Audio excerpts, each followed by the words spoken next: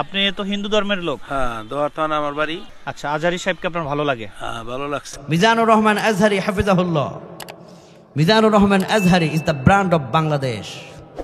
He is an ideal man for us. He is an institution. সে শুধু ঠান, তার কাছ থেকে আজকে হিন্দুরাও কোরআন শিখে। নমস্কার। নমস্কার দিলেন। আপনার কি নাম? আমার নাম মনোরঞ্জন দাস। আপনি তো হিন্দু ধর্মের লোক? হ্যাঁ, দোয়ার থানা আমার বাড়ি। আচ্ছা, ঢাকা জেলায়। আপনার বন্ধু? আমার বন্ধু, আমি নিয়ে আসছি। আচ্ছা, বলেন তো এই মাহফিলে আপনি কেন আসলেন? আমি দেখার জন্য আসছি এবং ভালো লাগছে ওনার নাম শুনে, যে এত বড় একটা মাহফিল।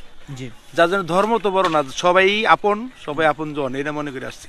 আচ্ছা, আজহারি সাহেবকে আপনার ভালো লাগে? হ্যাঁ, ভালো লাগছে আমার। আমি ওনার ওয়াজ শুনছিও, আজকে সরাসরি ইউটিউবে শুনছি। এবং বিগত বছরগুলোতে বহু হিন্দু কালেমা পড়ে তার ওয়াজ শুনে মুসলমানও হয়েছে। কোন আল্লাহু আকবার। লালমনিরহাটে বহু হিন্দুরা তাফসীর শুনতে এসেছে, যশোরে বহু হিন্দুরা তাফসীর শুনতে এসেছে, এবং পেকুয়াতে বহু হিন্দু তাফসীর শুনতে এসেছে। এই যে হিন্দুরা তাফসীর শুনতে আসে, এটা আপনার কোরআনের পাওয়ার, এটা আপনার কোরআনের মর্যাদা, কোনো ব্যক্তির আকর্ষণ নয়, এটা কোরআনের মর্যাদা। কোন আল্লাহু আকবার। জর্জ বার্নাস, ইউরোপিয়ান একজন বিখ্যাত রাইটার, তিনি তার আর্টিকেলে লিখেছেন যে এই যে খ্রিস্টানেরা, ইহুদিরা, হিন্দুরা কোরআনকে প্রমোট করছে, পড়ছে, গবেষণা করছে, দ্য হোলি কোরআন নামক গ্রন্থটাকে পড়ছে, 2050 সালের মধ্যে গোটা দুনিয়াতে সবচাইতে ব্রান্ড একটি ধর্ম যেটা হবে, তার নাম হবে আল ইসলাম। কোন আল্লাহু আকবার। The true religion to Allah is Islam. Islam is the complete good of life. এর উপরে সত্যায়ন, আল্লাহর প্রদত্ত নিয়ামত আর পৃথিবীতে কিছু নাই। আর এই ইসলামটা হচ্ছে তোমার আমার প্রত্যেকের জন্য জীবন ব্যবস্থার পূর্ণাঙ্গ একটি রাস্তা। কোন আল্লাহু আকবার। এই যে ইসলাম হিন্দুরা শোনে, খ্রিস্টানেরা গবেষণা করে, ইহুদিরা এই কোরআনে কারিমকে সামনে রেখে ভুল ধরতে চেয়েও ভুল খুঁজে আজও পর্যন্ত পায় নাই। বছরের পর বছর কোরআন নাজিল হয়েছে কয় বছর?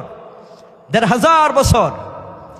নাজালা বিহির রূহুল আমিন আলা কলবি মুহাম্মদ সাল্লাল্লাহু আলাইহি ওয়াসাল্লাম বিলিসানিন আরবিয়্যিন মুবিন।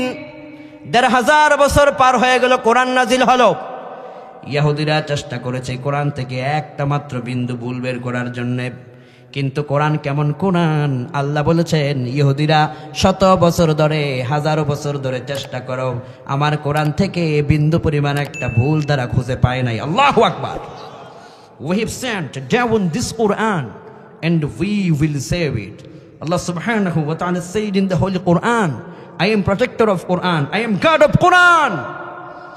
এই কোরআনকে নাজিল করার পরে আমি আল্লাহ পাক বলে দিয়েছি, ইন্না নাহনু নাযালনা যিকরা ওয়া ইন্না লাহু লাহাফিজুন। কোরআনকে আমি নাজিল করেছি। নাজিল করার পরে ইউনাইটেড স্টেট অফ আমেরিকার কাছে কোরআনটা ছেড়ে দেয় নাই, রাশিয়ার মস্কোর কাছে কোরআনকে ছেড়ে দেয় নাই, ভারতের দিল্লির কাছে কোরআনকে ছেড়ে দেয় নাই, দুনিয়ার কোনো রাজা বাদশার কাছে কোরআনকে ছেড়ে দেয় নাই। কোরআন নাজিল করার পরে 24টা ঘন্টা আমি আল্লাহ নিজে কোরআনকে পাহারা দেই। কোন সুবহানাল্লাহ। আমি আল্লাহ নিজে কোরআনকে পাহারা দেই, আমি আল্লাহ নিজে কোরআনকে প্রমোট করি। আর এই কোরআন বিজয়ের জন্যই আমি আমার রসুলকে পৃথিবীতে প্রেরণ করেছি। সুবহানাল্লাহ। কোন আল্লাহ বললেন, হুয়াল্লাযী আরসালা রাসূলাহু বিল হুদা ওয়া দীনিল হক লিইয়ুযহিরাহু আলাদ-দীনি কুল্লি। ও দুনিয়ার মানুষেরা, কিছু মানুষ চায় নিজের ফুৎকারে ইসলামের বিজয়কে তারা নিশ্চিহ্ন করে দেবে, ফুৎকার দিয়া ইসলামের বিজয়কে স্টপ করে দিবে।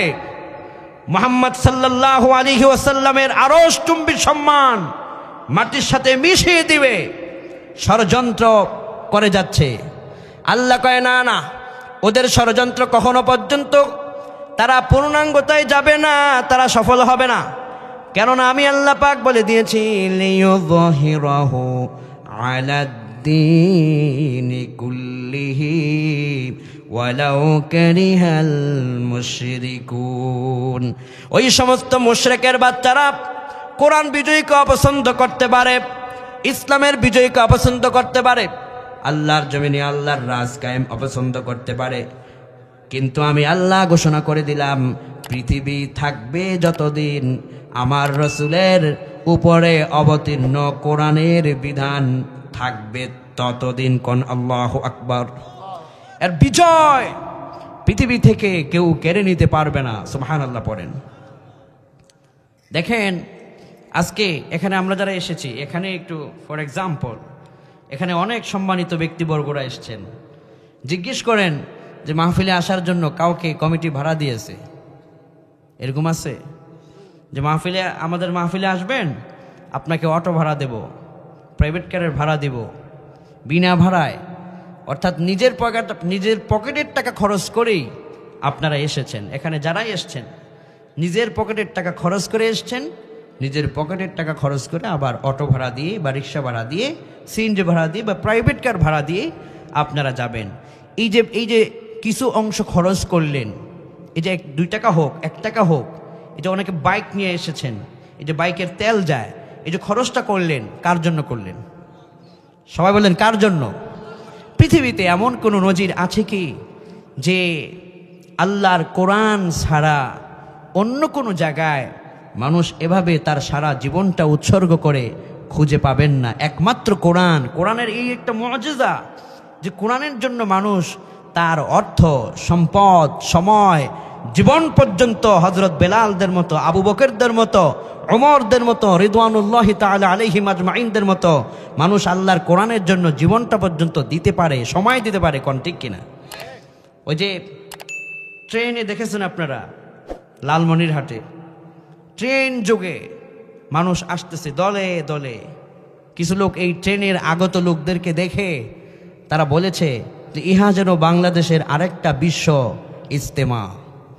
দূর দূরান্ত থেকে লোকেরা ছুটে আসছে।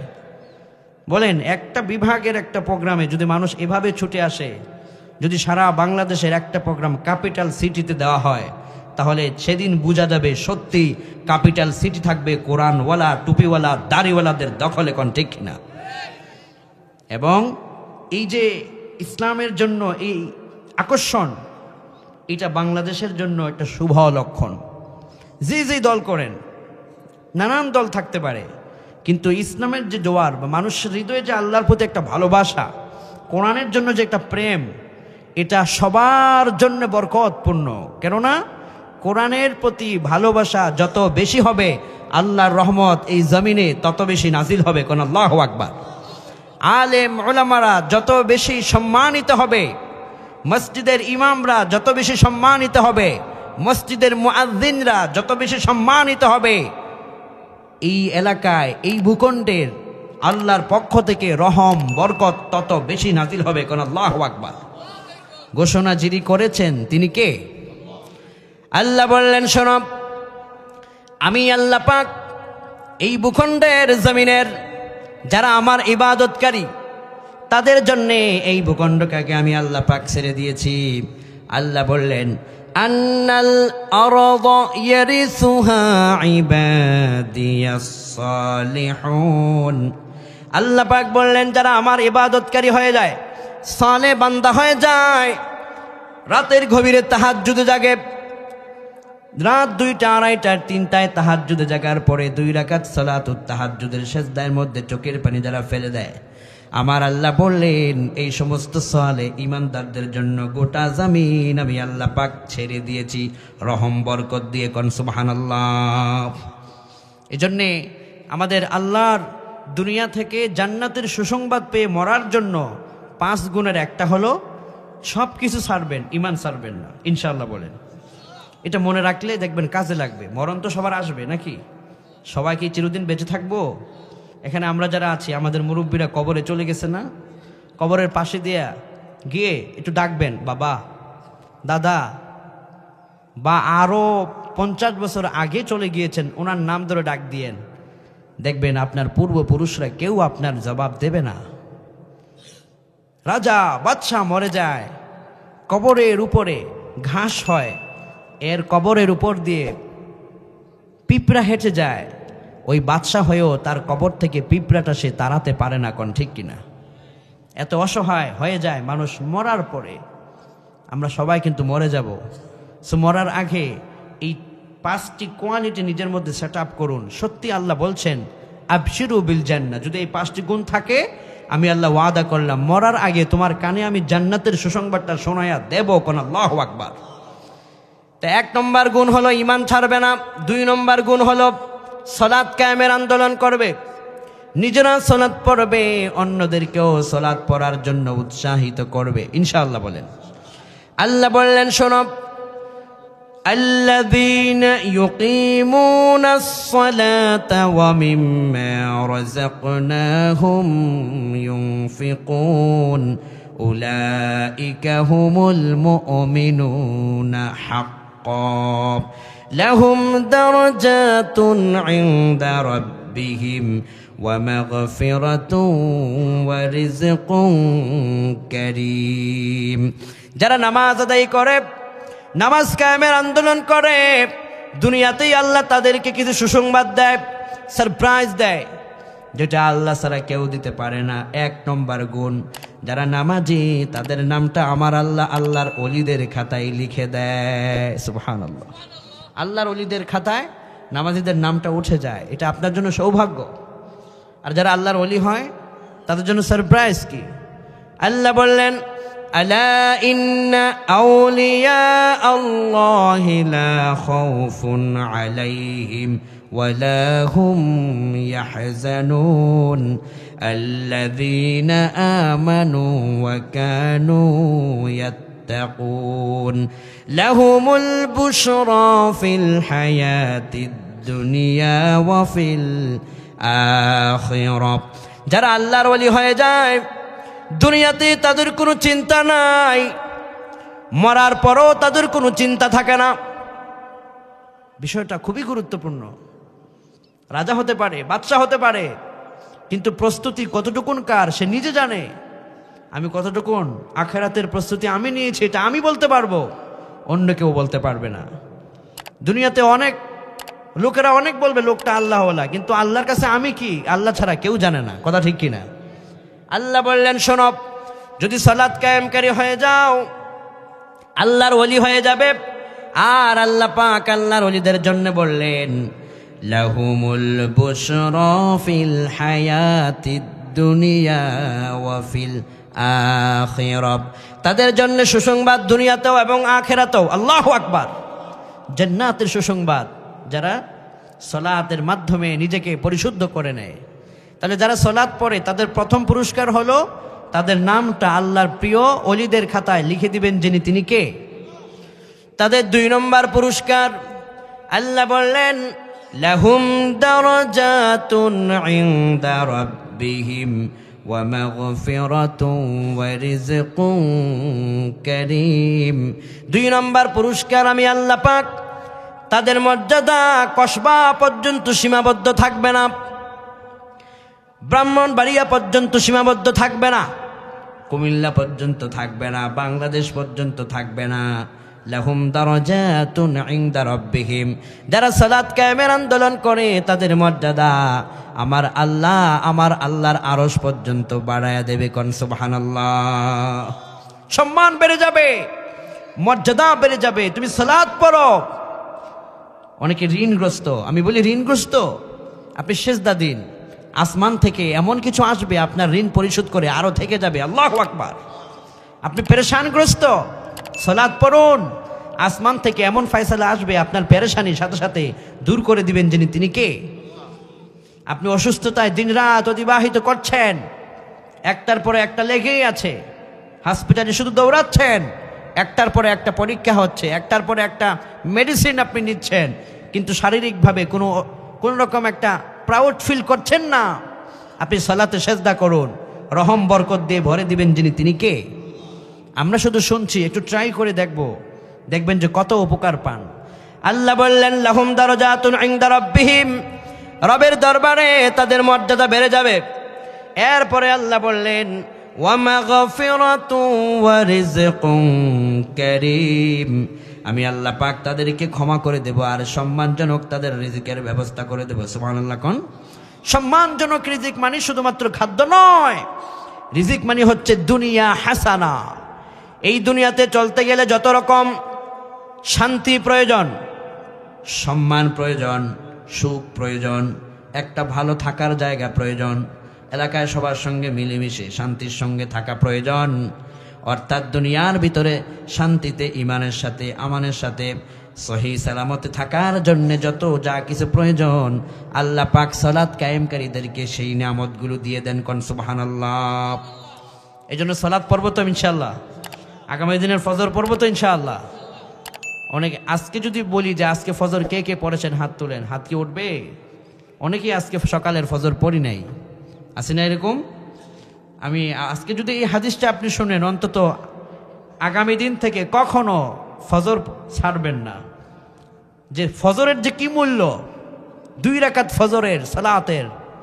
বিশ্বনবী বললেন, মুসলিমের বর্ণনায় আয়েশা সিদ্দিকা রাদিয়াল্লাহু আনহা তিনি বর্ণনা করে কয়, বিশ্বনবী বললেন, রাকাতুল ফজর খায়রুম মিনাদ দুনিয়া ওয়া মা ফিহা। আল্লাহর কোন বান্দা যখন রাতের ফজরের সালাতের আহ্বান শুনে, ঘুম থেকে যখন জেগে যায়, শুধুমাত্র সালাতুল ফজরের ফরজ নামাজ না, মাত্র 2 রাকাত সুন্নত নামাজ। কি নামাজ? 2 রাকাত সুন্নত পড়তে বেশি হলে 5 মিনিট লাগবে, এর বেশি তো লাগে না। নবীজি বললেন, কোন আল্লাহর ইমানদার ঘুম থেকে জেগে 2 রাকাত সালাতুল ফজর পড়েছে, এই 2 রাকাত নামাজ যদি তার একটা পাল্লায় দেয়া হয়, তামাম দুনিয়া যদি অপর পাল্লায় দেয়া হয়, বান্দার 2 রাকাত ফজরের নামাজের মূল্য তামাম দুনিয়া থেকে আল্লাহর কাছে বেশি মর্যাদাবান ভারী হয়ে যাবে। শুধু তাই নয়, খায়রুম মিনাদ দুনিয়া ওয়া মা ফিহা, দুনিয়া এবং দুনিয়ার ভিতরে যত মূল্যবান জিনিস আছে, হীরা আছে, মণি আছে, মুক্তা আছে, সম্পদ আছে, টাকা আছে, বিশাল ইমারত আছে, ডলার আছে, অর্থ আছে, সম্পদ আছে, সব কিছু যদি এক পাল্লায় দেয়া হয়, বান্দার 2 রাকাত নামাজ যদি অপর পাল্লায় দেয়া হয়, 2 রাকাত নামাজের মূল্য পৃথিবীর সকল হীরা মণিমুক্তা স্বর্ণের চাইতে বেশি মর্যাদাবান হয়ে যাবে। কোন সুবহানাল্লাহ। ফজরের নামাজ ছাড়বো? আর ছাইরো না যুবক।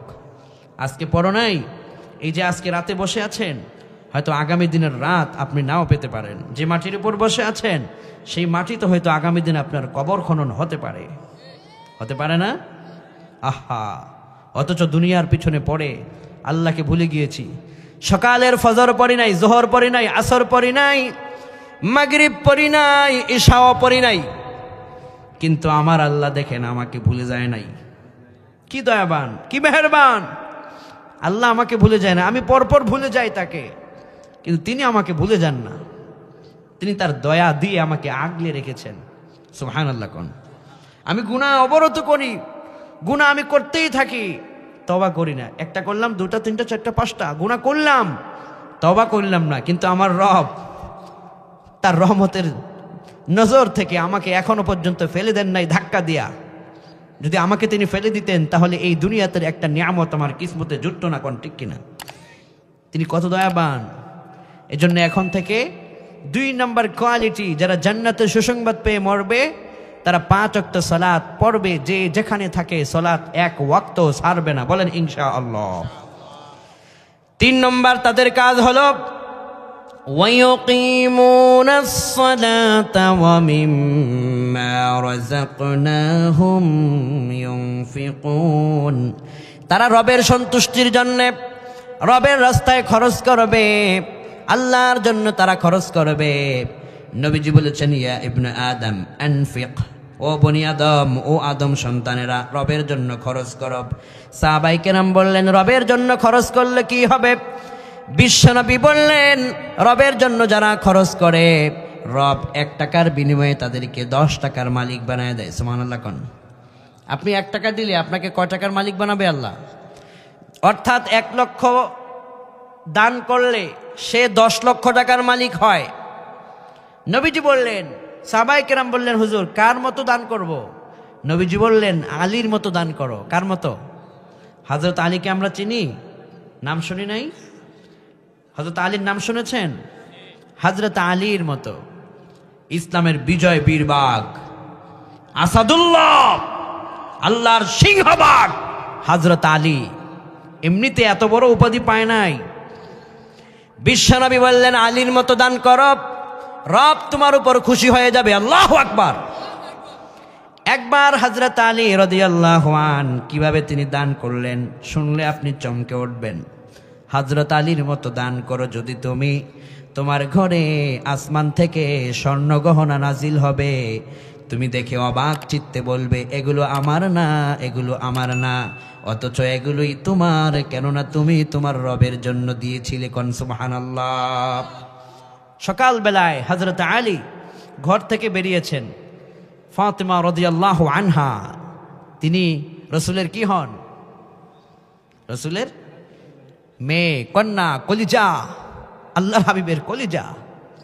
ফাতেমা রাদিয়াল্লাহু আনহা জান্নাতের মহিলাদের সরদারিনী হযরত ফাতেমা রাদিয়াল্লাহু আনহা বললেন, স্বামী আজ আমার তো শরীরে একটু জ্বর, আমার আনার খেতে মনে চাইছে, যদি একটু আনার আমার জন্য নিয়ে আসতেন, খেলে হয়তো আমার তৃপ্তি লাগতো, ভালো লাগতো শরীরটা অসুস্থের সময়। আলী রাদিয়াল্লাহু আনহু পকেটে হাত দিয়ে দেখলেন তার পকেটে টাকা নাই, কি দিয়ে আনবে? পেরেশান চিন্তায় পড়ে গেলেন, কিন্তু তাকে আনতেই হবে। বিশ্বনবীর কন্যা চেয়েছেন, বিশ্বনবীর কন্যাকে খালি ফেরত দেওয়া যায় না। বিশ্বনবীর কন্যার জন্য আমি আজ হযরত আলী যেভাবেই হোক ব্যবস্থা করতে হবে। বেরিয়ে পড়লেন হযরত আলী।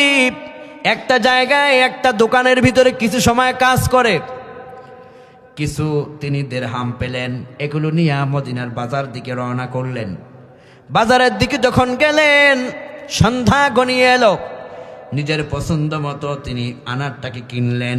একটা আনার, কয়টা আনার? একটা আনার। আপনি আপনার স্ত্রীকে সাধ্য মতো দিবেন। আপনার স্ত্রীকে দিলে এটা আপনার আমলনামায় সদাকার সওয়াব আল্লাহ পাক দিয়ে দিবেন। কোন সুবহানাল্লাহ। স্ত্রীকে শাড়ি কিনে দেন, গহনা কিনে দেন, প্রিয় তোমার পছন্দের খাবারগুলো নিয়ে যান, প্রিয় তোমার যেটা পছন্দ করে সামনে হাজির করান। যত টাকা খরচ হয়েছে আল্লাহ রাস্তায় খরচ করলে, দান করলে যেই সওয়াব হতো, স্ত্রীর জন্য খরচ করলে সেই সওয়াব দিয়ে দিবেন যিনি, তিনি কে? বহু পুরা কপাল স্ত্রীর গায়ে আঘাত করে। যারা স্ত্রীর গায়ে আঘাত করে ওরা মানুষ নয়, ওরা কাপুরুষ। কোন ঠিক কিনা? মেয়েটা তার বাবার বাড়ি ছেড়ে তোমার বাড়িতে এসেছে।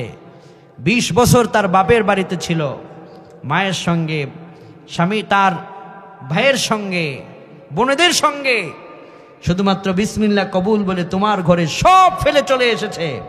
সে তোমার সন্তানদের মা। তুমি কথায় কথায় তাকে খোঁটা দাও, বকা দাও, গালে আঘাত করো, শ্বশুর বাড়ি নিয়ে খোঁটা দাও, লজ্জা দাও। তুমি পুরুষ নামের কলঙ্ক। কোন ঠিক কিনা? রাতে মদ খায়, জুয়া খেলে, সিগারেট খায়, এই নেশা করে বাড়িতে আইসা স্ত্রীকে দুমাদুম মারে, এরকম আছে না নেই? আহা, ওদিন দেখলাম একটা জায়গায় যে স্ত্রীকে শোয়ায়া মাথার উপর স্বামী নিজের পা দিয়ে লাথি মারতেছে। কত নিকৃষ্ট দৃশ্য স্যাটেলাইট চ্যানেলে আমি দেখলাম। আস্তাগফিরুল্লাহ। নিজের স্ত্রীকে এভাবে প্রহার করো না, তার নরম গালে আঘাত করো না, স্ত্রীর স্বামীর বাড়ি নিয়ে খোঁটা দিও না। সে তো স্ত্রী না, সে তোমার সন্তানদের মা, সে মায়ের জাত। মা হিসাবে, তোমার সন্তানদের মা হিসাবে সর্বোচ্চ সম্মান তাকে দাও, আর তোমার স্ত্রী হিসেবে সর্বোচ্চ ভালোবাসাটা তাকে দাও।